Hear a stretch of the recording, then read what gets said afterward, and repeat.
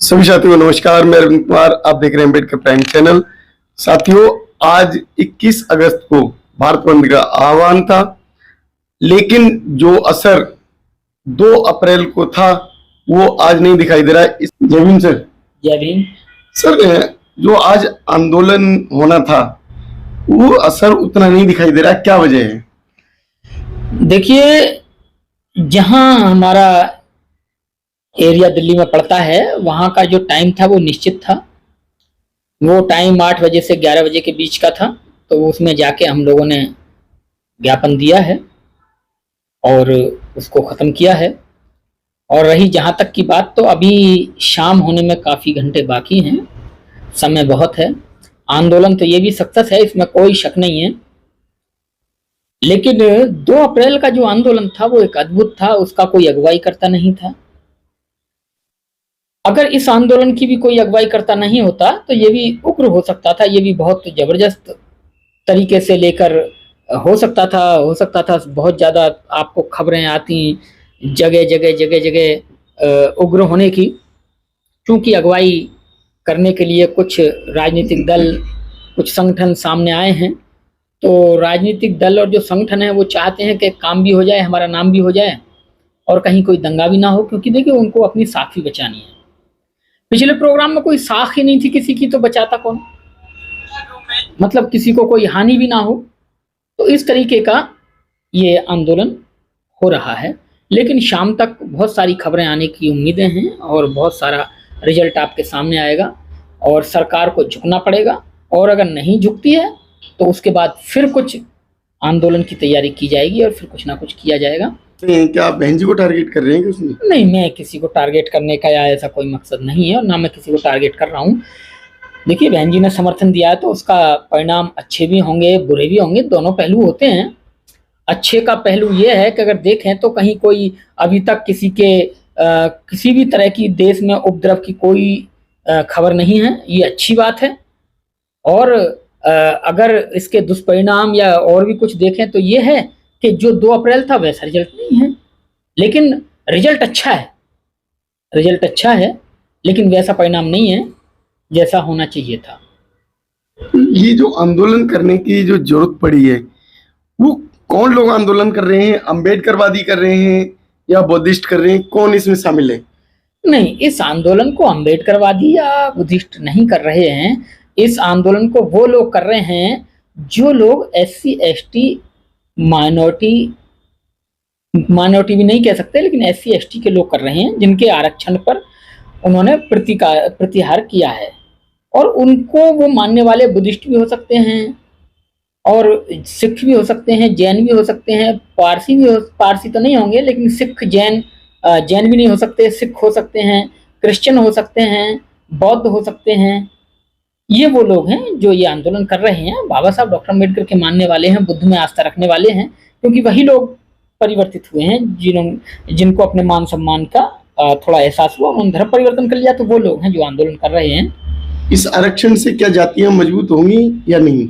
देखिए, क्योंकि आरक्षण जातिगत आधार पे दिया गया है और सामाजिक जो असमानता थी उसके आधार पर दिया गया है, और समाज में जो असमानता थी वो जातिगत आधार पर थी, तो ये तो लाजमी है कि आरक्षण से जाति मजबूत होगी, इसमें कोई शक नहीं है। लेकिन जाति मजबूत हो, लेकिन कैसी मजबूत हो? ऐसी मजबूत हो जब SC में ही भाई भाई लड़ रहे हैं, तो क्यों जाति मजबूत हो? जाति मजबूत हो जब SC कैटेगरी की सारी जातियां एक हो जाएं और अपने दुश्मन से लड़ें, तब तो जाति मजबूत होना अच्छी बात है। कभी हमने जाति खत्म कर दिया, अब हमारी एक जाति है, शूद्र वर्ण के हो गए हम, वर्ण को मजबूत कर लो, कभी हम शूद्र वर्ण के हो गए, जिसमें SC ST OBC माइनॉरिटी सभी लोग आ गए। अच्छा, लेकिन जब लड़ाई SC में ही बंटवारे की है, तो देखिए कुछ जातियां अलग खड़ी हैं, कुछ जातियां अलग खड़ी हैं, आती दोनों SC कैटेगरी में हैं। तो ये तो वो है कि एक तो मंजिल इमारत थी ही, बीच में और दीवार लग गई। तो ये तो बहुत खतरनाक खेल RSS ने खेला है और RSS को ये खेल नहीं खेलना चाहिए था, और खेला भी है तो भुगतेगी भी RSS, कोई और नहीं भुगतेगा। बाबा साहब ने हिंदू धर्म का त्याग किया था, उसके बावजूद जाति मजबूत क्यों हो रही है? देखिए, जाति मजबूत इसलिए हो रही है कि वो लोग बाबा साहब को उतना मानते हैं जितना उनको चाहिए। बाबा साहब को उतना ही लेते हैं वो जितना उनमें जरूरत है, वो पूरा नहीं ले रहे बाबा साहब को। जहां आरक्षण के लेने की बात आती है और समाज में प्रतिष्ठित होने की बात आती है तो बाबा साहब और अम्बेडकरवादी, और अगर उसके बाद में फिर वो वहीं के वहीं हिंदू हैं। वो गली मोहल्ले में जाते हैं तो हिंदू के हिंदू हैं कि नहीं, हम तो वही जैसे आप हो ऐसे ही हम हैं, आप भी हिंदू हम भी हिंदू, क्योंकि नाम सभी के एक जैसे हैं। और जब कभी बौद्धों में बैठने की बात आती है तो कि हम तो बौद्ध हैं, अम्बेडकरवादी हैं, तो उन्होंने बाबा साहब को उतना ही लिया है जितने की उन्हें जरूरत थी, लेकिन जितना बाबा साहब चाहते थे उतना उन्होंने नहीं लिया है, और जो चाहते थे बाबा साहब के अरमानों पे पानी फिरा है। अच्छा, जैसे अभी आपने कहा कि जो है इसमें सिख भी हैं, ईसाई भी हैं, लेकिन कहीं भी आंदोलन होता है केवल और केवल चमारी दिखाई देते हैं, ना कोई सिख दिखाई देता, ना कोई अन्य धर्म के लोग दिखाई देते हैं। देखिए, भारत में सिख जो लोग हैं, सिख धर्म जो अपनाया वो एससी कैटेगरी के बहुत लोगों ने अपनाया, और जब उनकी जाति आज भी वही लिखी जाती है जो जाति उनकी है, जिस जाति में वो पहले थे। धर्म उन्होंने सिख अपना लिया, और सिख धर्म होने के नाते उनके सर पे पगड़ी आ गई, दाढ़ी आ गई, ये हो गया। लेकिन हैं तो वो आज भी अछूता हैं, आज भी वही एससी आज हैं, वही मतलब चूड़े चमार मेहतर यही गिने जाते हैं। आप पंजाब में चली जाइए, वहाँ वाल्मीकि भी दाढ़ी रखता है, सर पे पगड़ी रखता है, सिख है।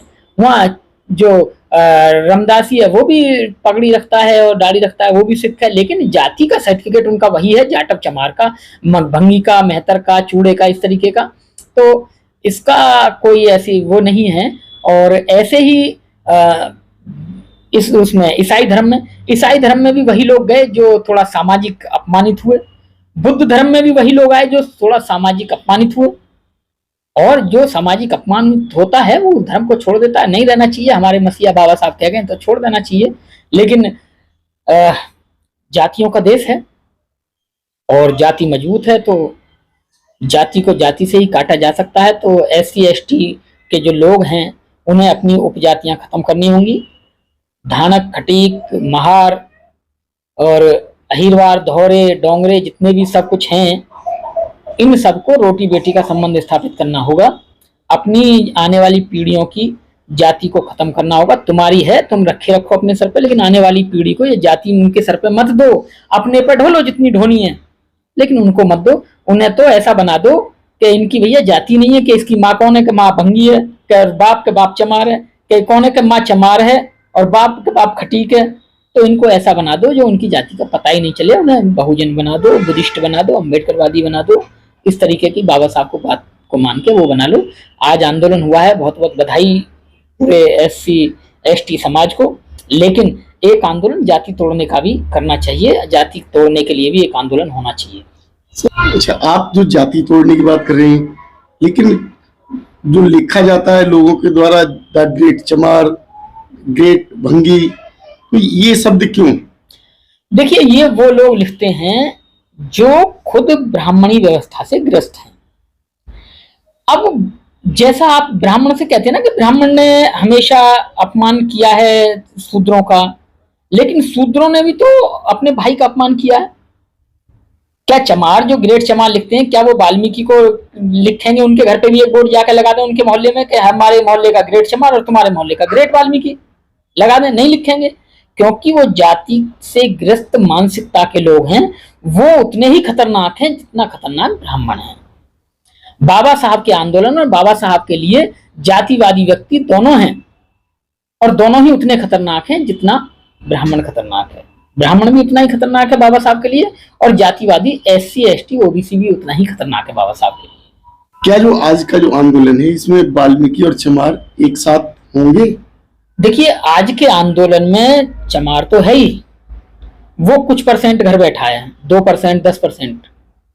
वाल्मीकि 10% है, 90% घर में बैठा होगा। मैं अनुमानित बता रहा हूँ, मेरा कोई ये वो नहीं है कि जी मैं बिल्कुल आंकड़े दूंगा या क्या है क्या नहीं है। हो सकता है पूरा 90% वाल्मीकि समाज हो, आप आकलन नहीं कर सकते। लेकिन जिस चीज को लेकर ये चीज हुई है उस चीज के अनुसार तो कहीं ना कहीं दोनों ही खेमे में दरार आई है। लेकिन अभी तो वाल्मीकि समाज ने तो घोषणा की थी कि वो आंदोलन में शामिल ही नहीं होगा, उसका कोई मतलब नहीं, ऐसा नहीं है। मेरे बहुत सारे साथी हैं जो सामाजिक कार्य करते रहते हैं, वो आंदोलन में शरीक हैं, पूरी शिद्दत के साथ हैं। लेकिन जरूरी नहीं है कि देखिए ये तो आंदोलन है, और पढ़े लिखे, चाहे वो SC हो, ST हो, OBC हो, माइनॉरिटी हो, कोई भी हो, जो पढ़ा है, जागरूकता है, वो आंदोलन में है। इस टकराव का फायदा किसको होगा? इस टकराव का फायदा RSS को होगा। किस तरीके से?